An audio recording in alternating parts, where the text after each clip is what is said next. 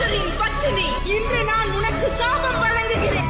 என்னுடைய வம்சமானது அடியோடு அழிந்ததோ, அவ்வாறே உன்னுடைய யாதவ குலத்தின் பெரும் அழிவானது உன் கண்ணுக்கெதிரே நடக்கும் வாசுதேவா. அன்று அவர்களுக்கு ஆறுதல் கூறி கண்ணீர் துடைக்க ஒருவரும் இருக்க மாட்டார்கள். எவ்வாறு இன்று இந்நகரம் களை இழந்து இருளில் மூழ்கியுள்ளதோ, இதை போலவே